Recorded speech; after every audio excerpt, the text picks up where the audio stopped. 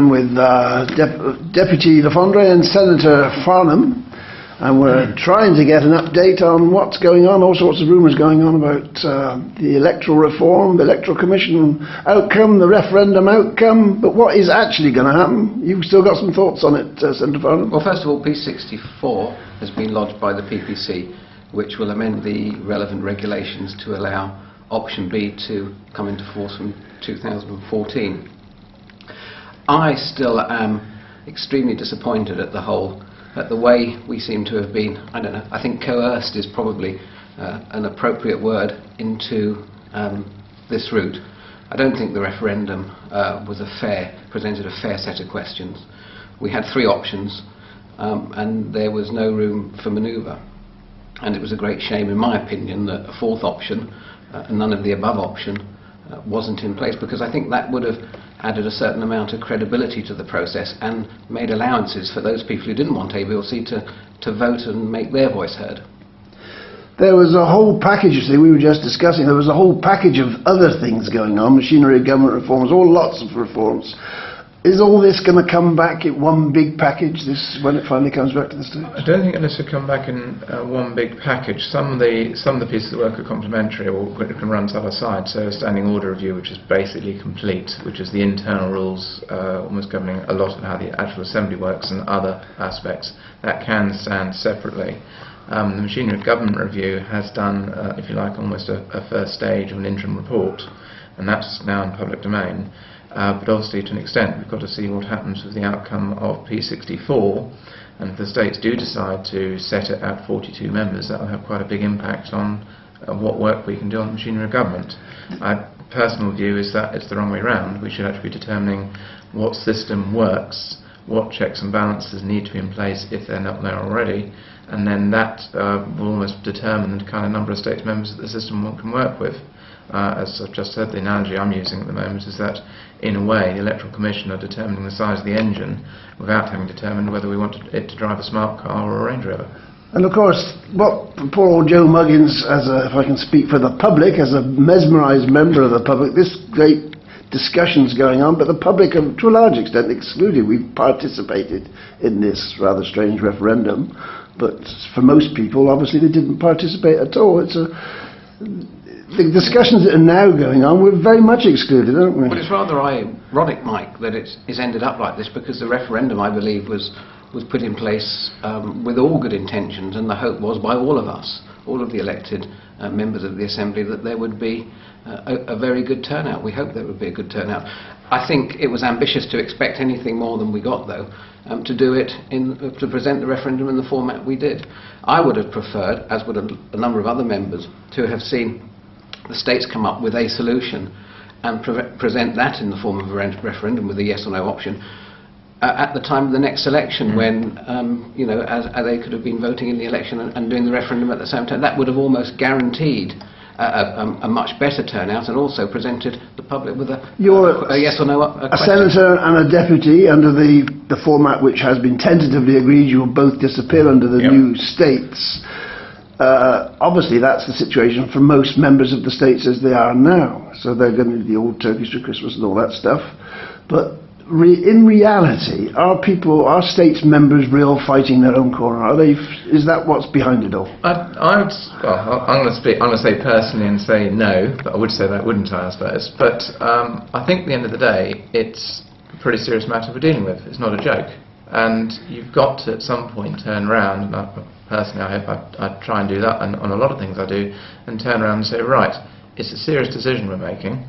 Okay, principles of a referendum was to get, I would have thought, a very good indication, at the very least, of the public mood or public support for a particular option.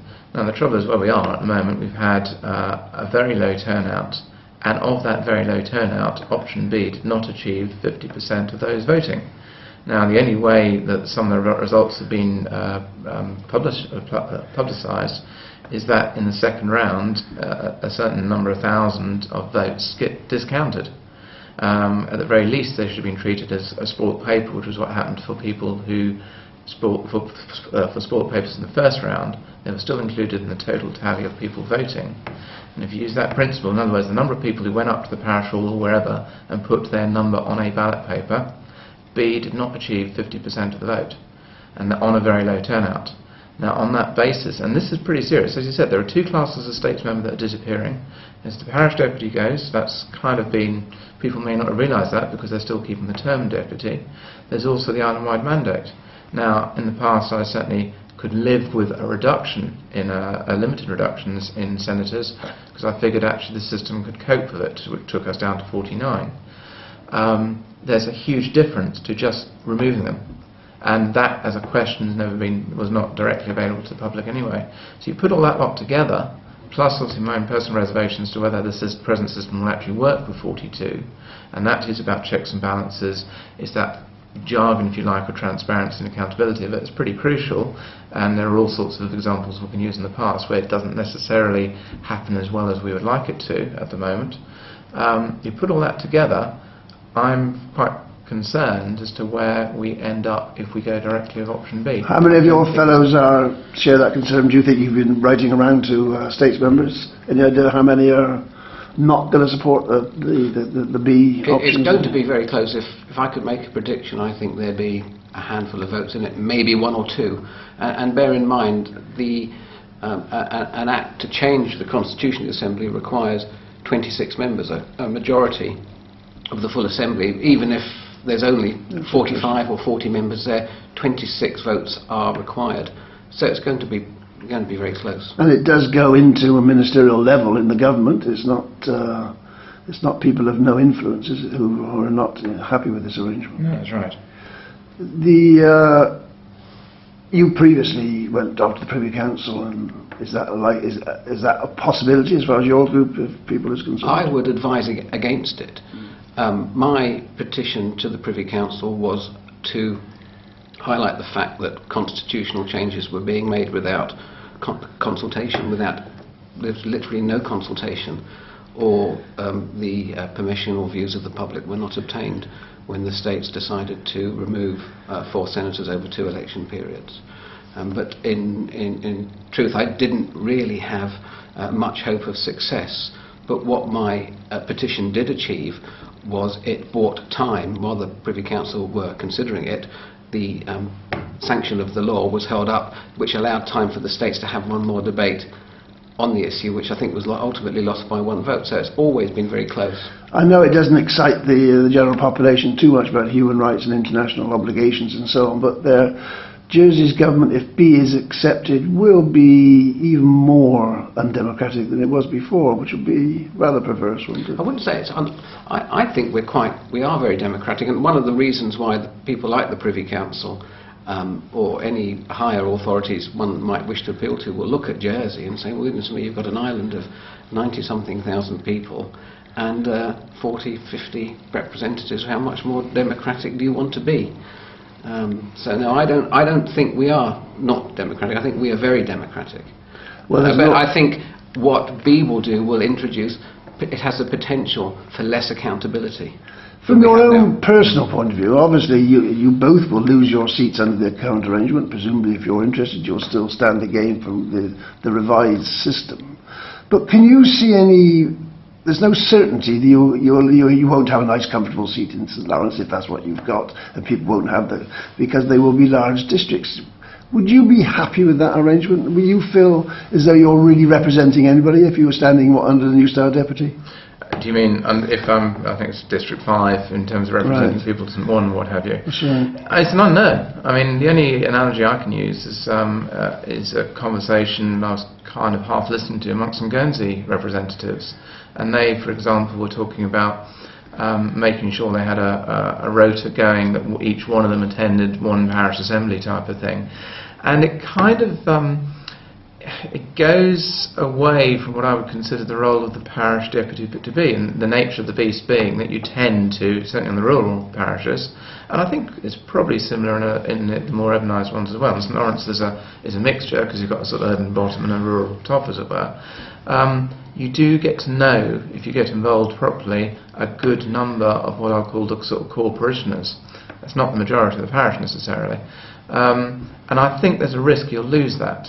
Now, ironically, the is that a Electoral price worth Commission, paying? in their report, they actually wanted that to happen. They wanted states members discussing more statesmanly type things. They wanted bigger issues. That's what they wanted. I think that was Get away from the parish I think that problem. was a bit of a selling point, really, because there's, a lot behind the scenes, a lot of very productive work does go on, and I would say that, wouldn't I? But it does. We all talk, we all work together, members of different political factions and views. Yes. We work together on different things. It's quite interesting. But that was, I think, used as a selling point, just like the fact it was drummed home that this is only advisory, this referendum, but now the people that want to force a result through are saying, oh, it has to be binding because, otherwise we'd lose face. Well, I would rather lose the states, be seen to lose a little bit more face over this and implement completely the wrong system. If you look at today's order paper, you'll see there's an awful lot of international stuff in there, isn't there? It's not long, it isn't any more cosy parish politics anymore. That's a fair comment, but certainly when I first stood, it was about GST was being implemented, 010 was being implemented. We had sort of planning issues going around at the time. And certainly when I was door knocking, most of the questions were around implementation of GST, for example. That's not a parish issue, that's not a wide issue. So it very much depends. It can depend on some people's experience. My general experience has been, I can only speak for St Lawrence, it's been wider issues. Yeah, but you can create anything into an island-wide issue if you want. You can make Plymouth an island-wide issue. In fact, Yes, it only relates to a very small part of the island. But you can make it an island-wide issue. The simplest issue can become that way. But international issues are fairly clear. They are international. Oh, definitely. They arise outside the island. There are Yes. international agreements. For example, we had this one last week, a couple of weeks ago, went through on the anti-discrimination legislation. Incredibly complex and far-reaching legislation, but not really dealt with in any great depth in the States, I didn't think. Well, it's quite often simple debates on simple issues take hours because everybody wants to talk on them. The complicated issues can slip through without proper debate. But having said that, a lot of work does go on behind the scenes to bring them to the States. And I usually have confidence that some of these complicated issues are quite well thought out. Not that I always support them, but I think that's the situation in any assembly or parliament. I think on discrimination as well, Home Affairs had actually done their work in terms of there are a number of briefings available to states members in the run-up. Well, Social Security were numbered with it in the end. Sorry, yes, Social Security. Social Security, because nobody wanted it particularly. No, I would like to say, there is a lot of briefing and a lot of work that goes on before something actually arrives in the Assembly. Well, that one's been kicking around for decades, but I don't think it's been a lot of work going on. I think it's neglect rather more. But that's one of my concerns. It's the internationalisation. It's the scope of politics is no longer a little island fishing, farming community. It's got this international perspective, which it's going to stay with.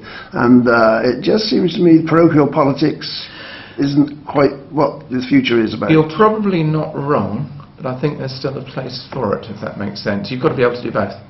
And I think the attraction always for me for Jersey in terms of what makes us different, let's say, to the UK, or my understanding of how the UK operates, is that kind of grassroots connections you have.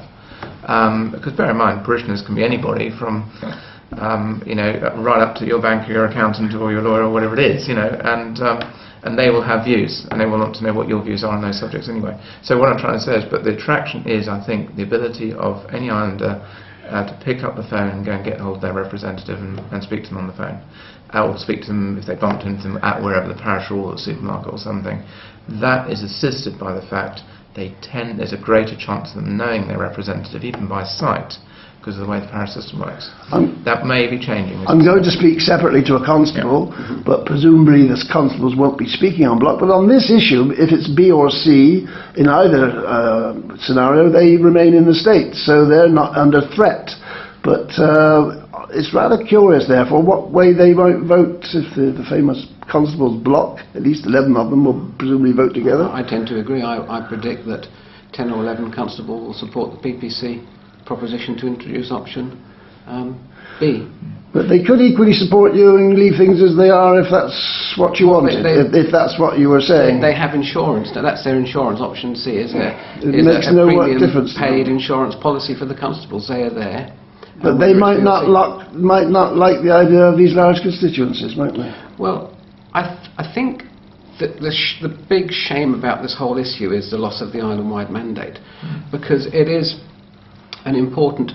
I think it's been proven that the majority island want to retain the island-wide mandate in some format. And if you go back to the original reforms in 1948, a huge amount of work was done in the 2 years preceding that. Post-war, there was a great hunger for new democracy around the world. And it was decided, rightly I think, that Jersey would be a unicameral, single-chamber system.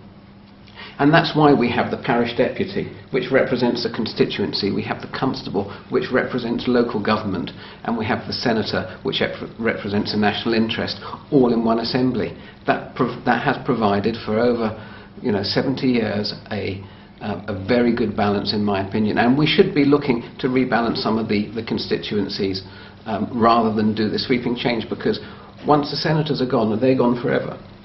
Once the parish deputies are gone, they're also gone forever. So please, my appeal to members prior to the debate is think very, very carefully before you support option. Are you formalising this as a group? Is there a name that public will grasp? Will they? I don't think so.